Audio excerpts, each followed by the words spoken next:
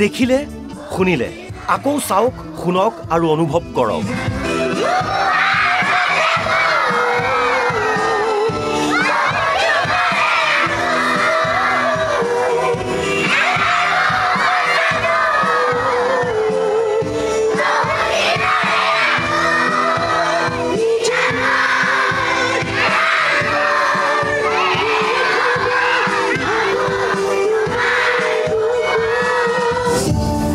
মহলদৈৰ গ্লোৰিয়াছ public স্কুলৰ দৃশ্য এয়া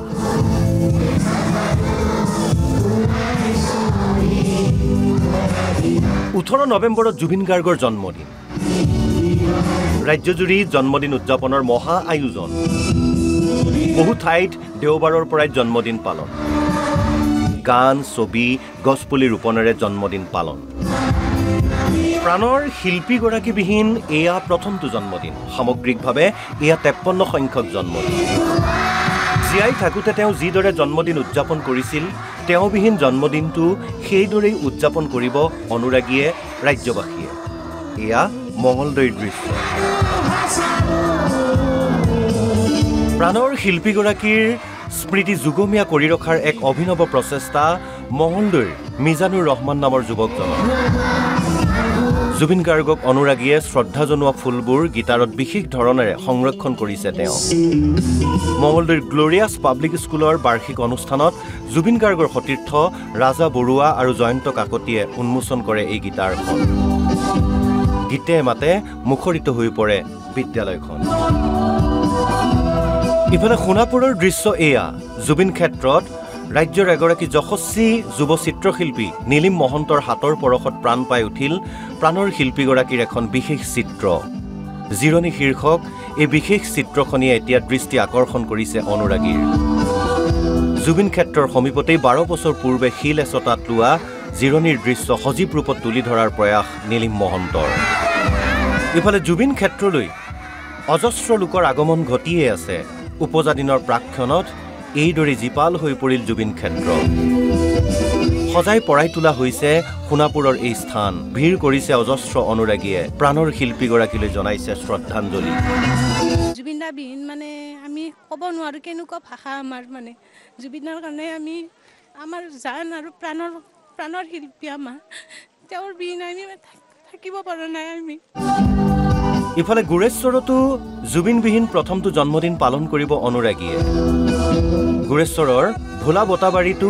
জুবিন গাৰ্গৰ জন্মদিনৰ ব্যাপক আয়োজন জুবিন গাৰ্গক শ্ৰদ্ধাঞ্জলি জ্ঞাপন কৰিব অনুৰাগীয়ে যাৰ বাবে তেওঁলোকে নিৰ্মাণ কৰিছে জুবিন স্মাৰক স্থানীয় বড়ো আৰু কলিতা সমাজে গাঁঠিৰ ধন ব্যয় কৰি এইদৰে নিৰ্মাণ কৰিছে স্মাৰক তাৰ বাৰ্থডে উপলক্ষে আমাৰ এই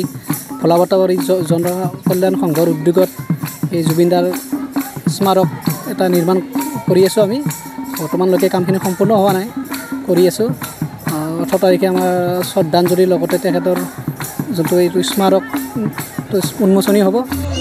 ইফালে সদৌ অসম ছাত্ৰ সন্থাই ৰাজ্যজুৰি 3 দিনীয়াকৈ আয়োজন কৰিছে জুবিন গাৰ্গৰ জন্মদিন প্ৰথম দিনটোত ৰং তুলিকাৰ দিন শীৰ্ষক এক অনুষ্ঠান মহানগৰীৰ নেহেৰু পাৰ্কত অনুষ্ঠিত হয়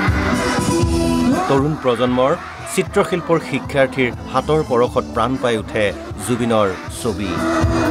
কিন্তু এইবাৰ তেখেতৰ জন্মদিন উদযাপনৰ পৰিৱেশ নাই কিন্তু প্ৰাণৰ শিল্পীগৰাকীৰ অবৰ্তমানত তেখেতৰ জন্ম দিৱসটো পালন কৰিবলৈ অসমৰ মানুহে টঙালি বান্ধিছে সদৌ অসম ছাত্ৰ সন্থাই আজি 16 তাৰিখৰ পৰা 16, 17, 18 তিনিদিনীয়াকৈ প্ৰাণৰ শিল্পীগৰাকীৰ জন্মদিন উপলক্ষে কিছু কাৰ্যসূচী গ্ৰহণ কৰিছোঁ 53 সংখ্যক তেখেতৰ উপজা দিন উপলক্ষে 53টাকৈ গছপুলি ৰোপণ কৰা হ'ব আৰু জুবিন গাৰ্গৰ ন্যায়ৰ দাবীত পৰহিলৈ পুৱা 18 তাৰিখে পুৱা সকলো জিলা সদৰত মানৱ শৃংখল কাৰ্যসূচী আৰু সন্ধিয়ালৈ বন্তি প্ৰজ্বলনেৰে তেওঁলৈ শ্ৰদ্ধাঞ্জলি অৰ্পণ কৰা হ'ব আমাৰ এটাই কথা জুবিনদা আমাৰ মাজৰ পৰা অকালতে হেৰাই গ'ল আৰু তেখেত যিধৰণে আমাৰ মাজৰ পৰা নোহোৱা হৈ গ'ল তেখেতৰ সত্তাটোক আমি প্ৰজন্মৰ পৰা প্ৰজন্মলৈ বুৱাই নিয়াৰ এটা প্ৰয়াস কৰিছোঁ আৰু তেখেতৰ ন্যায়ৰ দাবী আজি এইখিনি সময়ত আমি পুনৰবাৰ উত্থাপন কৰিছোঁ আমাৰ 3 দিনীয়াকৈ জন্মদিনৰ কাৰ্যসূচী লোৱা হৈছে আজি গোটেই অসমতে ৰং তুলিকাৰ এদিন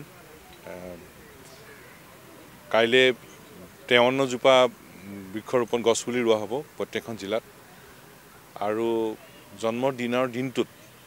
জুবিন গাৰ্গক ন্যায় প্ৰদানৰ দাবীত গোটেই অসমৰ জিলাৰ সদৰত মানৱ শৃংখল কৰা হ'ব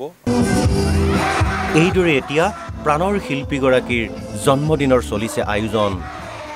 প্ৰিয় শিল্পীগৰাকীয়ে ভালপোৱা কামবোৰ কৰি সকলোৱে জনাইছে শ্ৰদ্ধাঞ্জলি।